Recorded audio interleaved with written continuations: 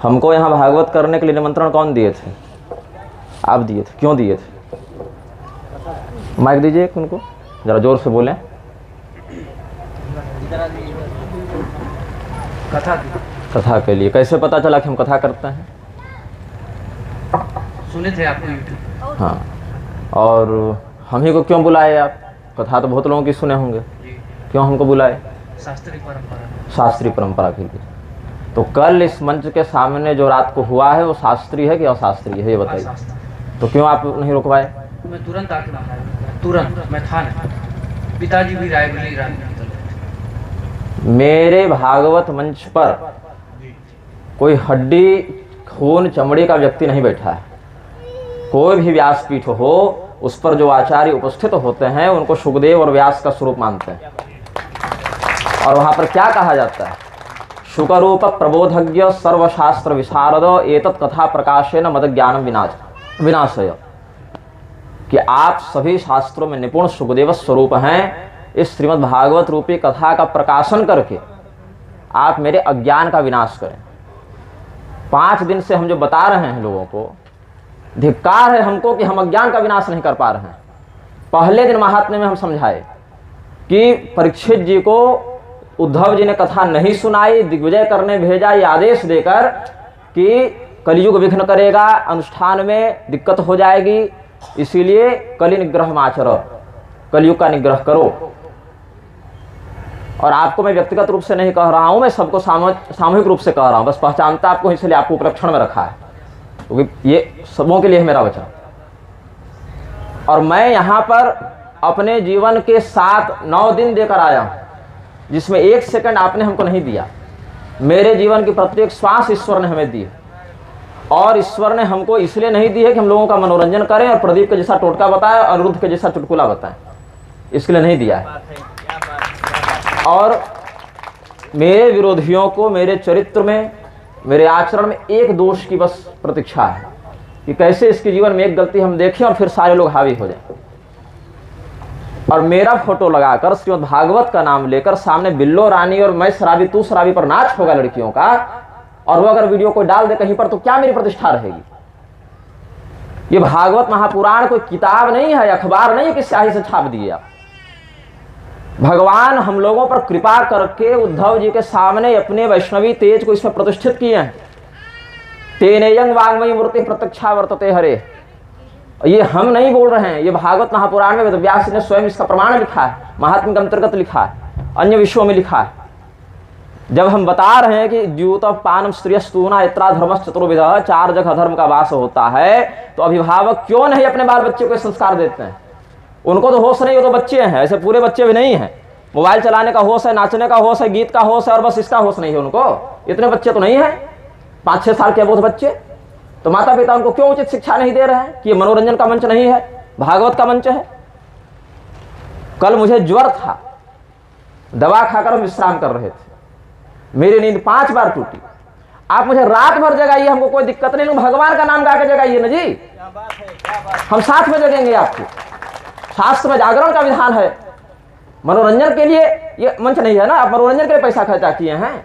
हम कल ही रात को अपना वापसी का टिकट देख रहे थे, 1 सीट बची थी, हम बोले हम निकल जाते हैं, पारायण आपका पूरा होगा, यज्ञ मंडप में कर्मकांड पूरा होगा, दक्षिणा भी मत दीजिएगा, मैं सबको दे लूंगा, मैं अपनी दक्षिणा भी छोड़ दूंगा अगर ज्यादा खर्चा होगा तो।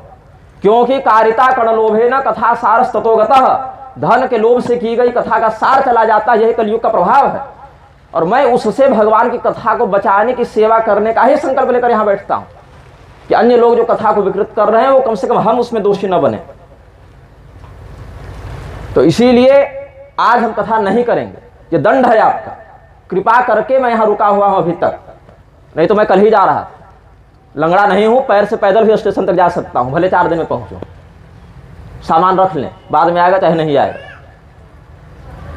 आप इतना खर्च क्यों कर रहे हैं? आपके जो यजमान हैं हमारे, वृद्ध हैं, विनम्र हैं, बस उनका ख्याल करके कि उनका जीवन अपने अंतिम पड़ाव पर है, चौथे पर में पहुंच गए हैं, तो कम से कम उनको बुरा न लगे, इसीलिए बस उनका चेहरा देखकर हम रुक गए कि विनम्र हैं, वृद्ध हैं, उनको बुरा न लगे, उनका कोई दोष नहीं इसमें। और ये केवल आपको नहीं कह रहा हूं, मेरे समस्त श्रोताओं को और भविष्य में जो आयोजक होंगे उनको भी। अभी मेरी पिछली कथा जहां कौशाम्बी में हुई, परीक्षण में पता चला कि उनका जनेऊ सही समय पर सही विधि से नहीं हुआ था। वो दक्षिण भारत जाकर विधिवत जनेऊ कराकर पूरा संस्कारित होकर आए, तब हमने कहा कि आप यहाँ कथा करेंगे। ऐसे नहीं मैं आ जाता हूँ, आप 1 करोड़ देकर चारों शंकराचार्य को बुला कर ले आइए, आपका सामर्थ्य होगा वो आ जाएंगे, हमको कोई मतलब नहीं है। निग्रहाचार्य को बुलाने के लिए धन नहीं, साहस और सदाचरण चाहिए, बता दे रहा हूँ। तो मैं केवल यजमान के वृद्धावस्था को और विनम्रता को और उनके चौथेपन की स्थिति को देखकर रुक गया हूं। आज मैं कथा नहीं करूंगा क्योंकि आप कथा के अधिकारी नहीं हैं। परीक्षित जी को कथा इसलिए नहीं सुनाई कि वो राजा थे, परीक्षित जी को कथा इसीलिए सुनाई गई क्योंकि वो अधिकारी थे। बाकी जो अधिकारी नहीं थे, अभक्ताश्च विज्ञाय नरदौ सखामृतम, पहले बता चुके हैं।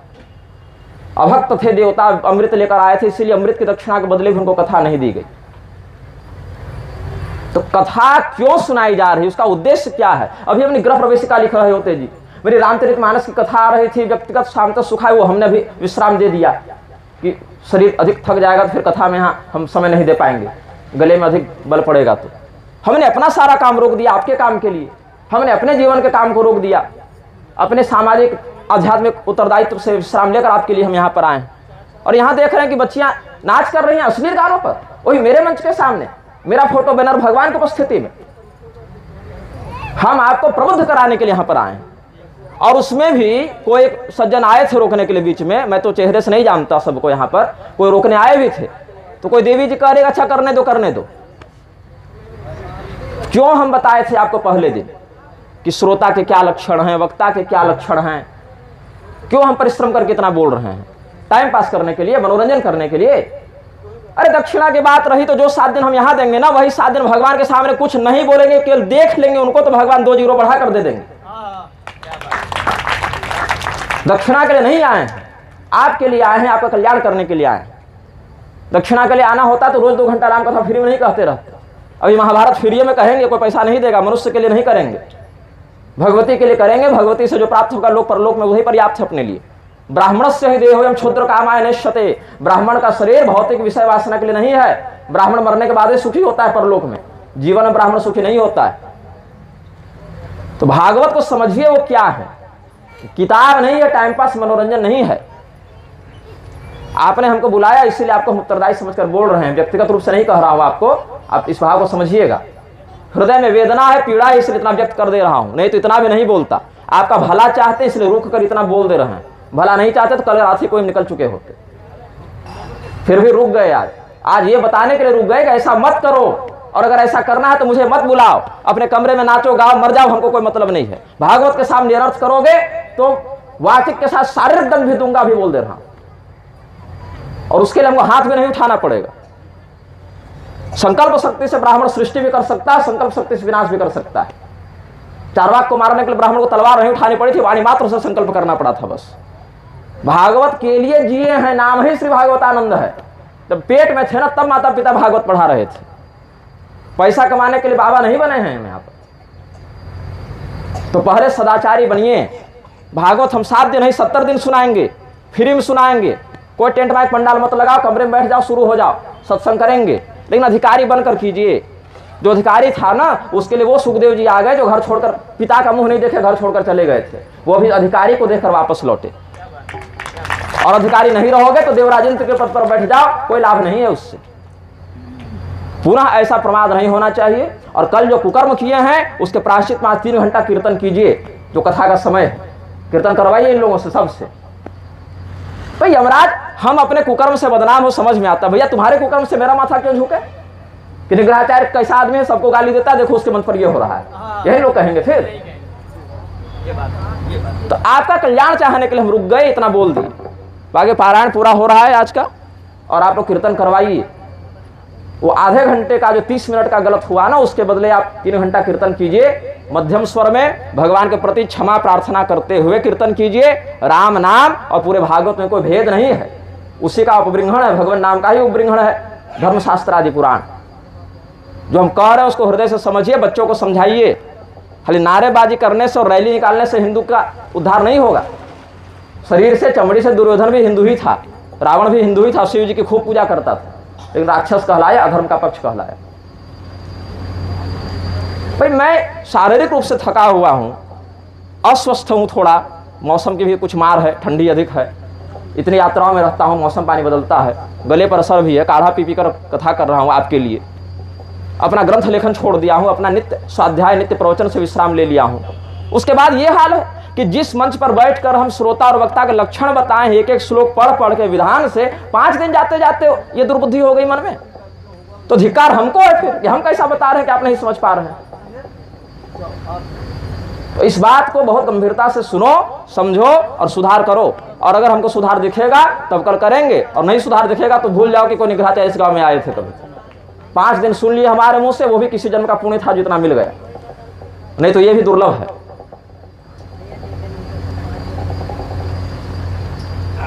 क्या त्रिपाठी जी, आप लोग से गलती थोड़ी हुई है, आपसे गलती होती, आपसे गलती होती तो कल हम चल गए रहते, आप ही कारण रुके हुए हैं, गलती क्षमा करो, आप ही के कारण रुके हैं। आज हमको मत बोलिए मुझे क्या करना है, क्योंकि मैं इस मानसिकता में नहीं कि उस समर्पण से मैं कह सकूं। मैं भागवत के अपमान से व्यथित हूं, उसका पहले प्रायश्चित कीजिए, फिर आगे कथा सुनिए। प्रायश्चित स्वरूप हमने कहा है 3 घंटा कीर्तन कीजिए, इसके अतिरिक्त और मेरे पास कोई समाधान नहीं है। जिद मत कीजिए, जो कह रहे हैं सो कीजिए, कल्याण को उपदेश करना मेरा काम है। तो पहले जो हुआ है उसका जो समर्थन किए हैं, जो कृत्य किए हैं, पड़ोसी आपकी बात मान नहीं रहा, आप हमको बता रहे हैं कि हमको क्या करना है नहीं करना है, तो जो कह रहे हैं उसको पहले कीजिए, पूर्ण समर्पण से, भक्ति से, हृदय में किए अपराध को ग्लानि से समझते हुए भगवान से क्षमा मांगिए। 3 घंटा कीर्तन कीजिए, एक पहर कम से कम, 8 पहर होते हैं ना, एक एक पहर कह रहे हैं, ये नहीं कह रहे 24 घंटा खंड कर दीजिए। 3 घंटा बढ़िया से कीर्तन कीजिए, मन में ही कीजिए, जोर से बोलने में तकलीफ होगी तो, वाणी में छाले हो गए होंगे तो मन से कीजिए, लेकिन उस भाव को समझ कर कीजिए। और अभी है आपके पास समय पर्याप्त, हम आपको कथा सुना कर जाएंगे पूरी, लेकिन तब जब लगेगा कि हाँ अधिकारी हैं। भाई न्यूनतम अर्ता रहिए ना, हम थोड़े कह रहे हैं कि अश्वमेध राजसूय यज्ञ कर लीजिए आप।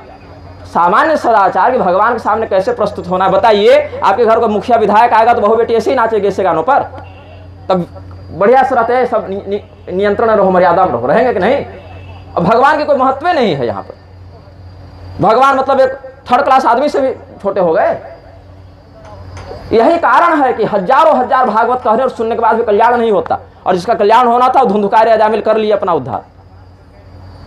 तो इसीलिए जो कह रहे हैं उस पर गंभीरता से चिंतन करो, प्रायश्चित करो, और फिर कल शुद्ध मन से हम भी कथा करें और आप भी कथा सुने। हो सकता है एक दिन और अधिक कथा कर दे, जो आज क्षतिपूर्ति हो उसके लिए 29 तारीख को भी कर दूं कुछ, 2 घंटा बैठ कर ऐसे ही कुछ जो विषय हो समझा दूंगा। लेकिन आज नहीं होगी कथा, आज कथा विश्राम है मेरी ओर से, मूल पारायण हो रहा है इसलिए खंडित नहीं होगा, जो उसका व्याख्यान है वो हम विश्राम दे रहे हैं, इसीलिए क्योंकि आप अब उसको सुनने के योग्य अधिकारी नहीं रहे।